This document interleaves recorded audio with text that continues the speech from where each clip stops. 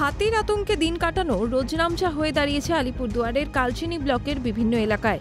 রাত নামলেই জঙ্গল পেরিয়ে হাতির দল খাবারের সন্ধানে চলে আসে লোকালয়ে।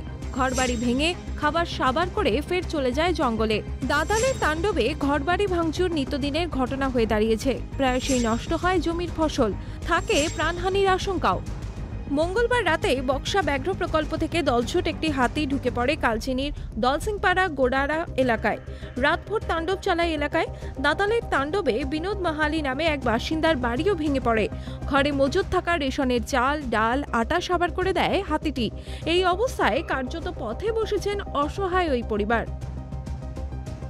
आके सोजा घुस गया। हम लोग बहुत रोकने की कोशिश किया, नहीं रुका।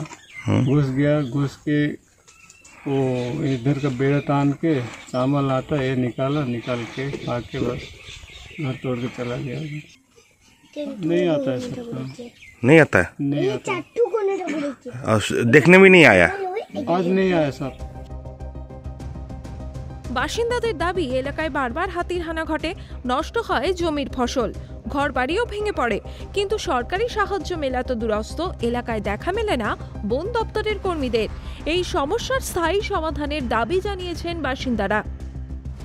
ঘর ভেঙে দিলে কি দেয়? একটা প্লাস্টিক দিবে, একটা বোম দিবে। ওই প্লাস্টিক আর বোম দিয়ে কিছু হয়? হ্যাঁ, ওদের ঘরে খাবার নেই, এক কেজি চাল অবধি দিবে না।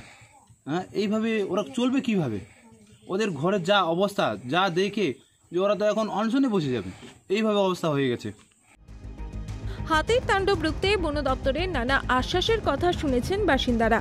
সরকারি সাহায্যের আশ্বাসও মিলেছে একাধিকবার, কিন্তু সেই সাহায্য এসে পৌঁছায়নি অসহায় পরিবারগুলির হাতে। বাসিন্দাদের অভিযোগ, সরকারি যা সুবিধা তা শুধুই খাতায় কলমে, বাস্তবে ঠিক তার উল্টো। Bureau report, Calcutta television network.